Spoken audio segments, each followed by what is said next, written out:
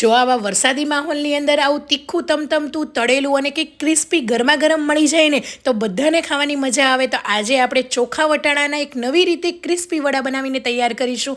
આ વડા છે ને એ તમે લાંબો સમય સુધી પણ ખાશો તો પણ ક્રિસ્પી રહેશે.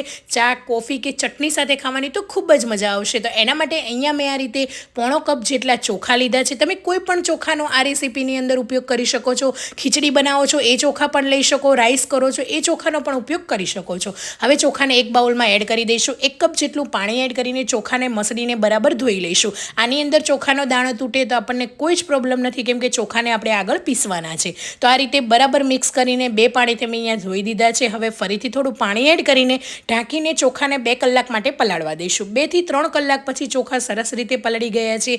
તમે જોઈ શકો છો આ રીતે ચોખા પલળી જવા જોઈએ. તમે દાણાને પ્રેસ કરો ને તો એકદમ સરસ રીતે એનો ભૂકો થઈ જવો જોઈએ, દાણો પ્રેસ થવો જોઈએ, એ રીતે ચોખાને પલાળવાના છે. હવે પીસતી વખતે આ ચોખાનું પાણી બધું જ આપણે કાઢી લેવાનું છે. તો આ રીતે ઝારાની મદદથી કે તમે પાણી કાઢી લેવાનું અને એ પછી જ આપણે મિક્સરમાં એડ કરીશું. અને અહીંયા મેં 1 કપ ભરીને આ રીતે સૂકા વટાણાને પણ સાથે પલાળી દીધેલા. વટાણા જે આપણે રગડો બનાવીએ છીએ, પાણીપુરી બનાવીએ છીએ એ જ વટાણા લેવાના છે. આ રીતે પીળા વટાણાનો તમે ઉપયોગ કરી શકો છો. તો આ રીતે વટાણાને પણ પલાળી લઈશું અને મિક્સર જારની અંદર બંને વસ્તુને એડ કરી દઈશું.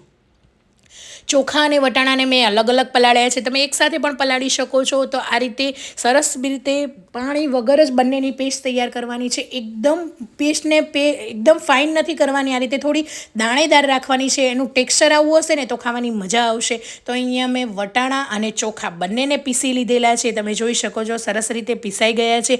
હવે એને બાઇન્ડિંગ માટે આપણે લોટ એડ કરવાનો છે. તો આની અંદર અહીંયા મેં બેસન એડ કર્યું છે. અહીંયા મેં 2 નાની ચમચી જેટલો બેસન એડ કર્યો છે. બેસનની જગ્યાએ તમે કોઈ પણ લોટનો ઉપયોગ કરી શકો છો. તમે આની અંદર 1 ચમચી જેટલો રવો પણ એડ કરી શકો છો કે મેંદો એડ કરી શકો છો, પણ બેસનથી સરસ એવું જ બાઇન્ડિંગ આવશે. એની અંદર ઝીણી ચોપ કરેલી ડુંગળી એડ કરીશું. સ્વાદ પ્રમાણે મીઠું એડ કરી દઈશું. અડધી ચમચી જેટલું આખું જીરું એડ કરી દઈશું અને એની અંદર થોડા એવા સફેદ તલ એડ કરીશું. 1 નાની ચમચી જેટલા મેં અહીંયા લીધા છે.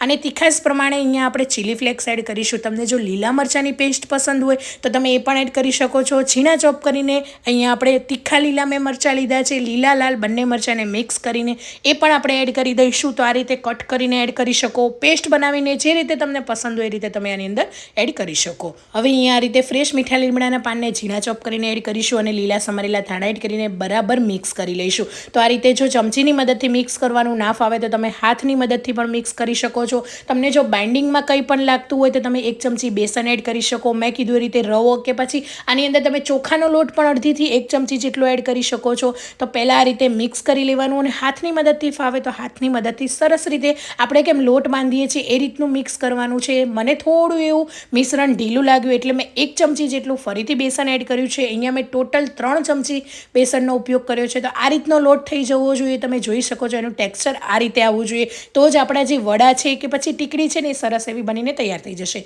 પાણીવાળો હાથ કરીને આ રીતે પહેલાં રાઉન્ડ કરીને આંગળીઓની મદદથી આ રીતે કોઈ પણ શેપ તમે આપી શકો. જો તમને રાઉન્ડ શેપ પસંદ હોય તો તમે રાઉન્ડ શેપ કરી શકો. આવો પસંદ હોય તો આ રીતે તમે કરી શકો. જે પણ તમને શેપ પસંદ હોય ને એવો તમે બનાવીને ખાઈ શકો. બસ આ રીતે શેપ કરી લેવાનો છે અને તેલની અંદર આપણે એડ કરતા જવાનું છે. જેટલું કડાઈમાં સમાય એટલું આપણે એડ કરી દઈશું અને પલટાવાની ઉતાવળ નથી કરવાની. આ રીતે ઉપર આવી જાય ને પછી જ ઝારાની મદદથી બંને સાઈડ સરસ એવો કલર આવે ને ત્યાં સુધી રહેવા દઈશું. તો તમે જોઈ શકો છો એકદમ ક્રિસ્પી અને ગોલ્ડન કલર આવી ગયો છે. તો વરસાદની સિઝનની અંદર આપણે રેગ્યુલર ભજીયાને એવું તો બનાવતા જોઈએ છીએ, પણ આવી રીતે કંઈક અલગ જરૂરથી ટ્રાય કરજો. જોડે જો આ રીતે તીખા મરચાં પણ ફ્રાય કરી લેજો. એની તીખાશ પણ કંઈક અલગ હોય છે. મરચાં સાથે, ડુંગળી સાથે, જેની સાથે તમને પસંદ હોય એની સાથે તમે ખાઈ શકો છો. તો ગરમા ગરમ આપણા ચોખા વટાણાના વડા તૈયાર છે. કેવી લાગી રેસીપી કમેન્ટ કરવાનું ભૂલતા નહીં. આવજો.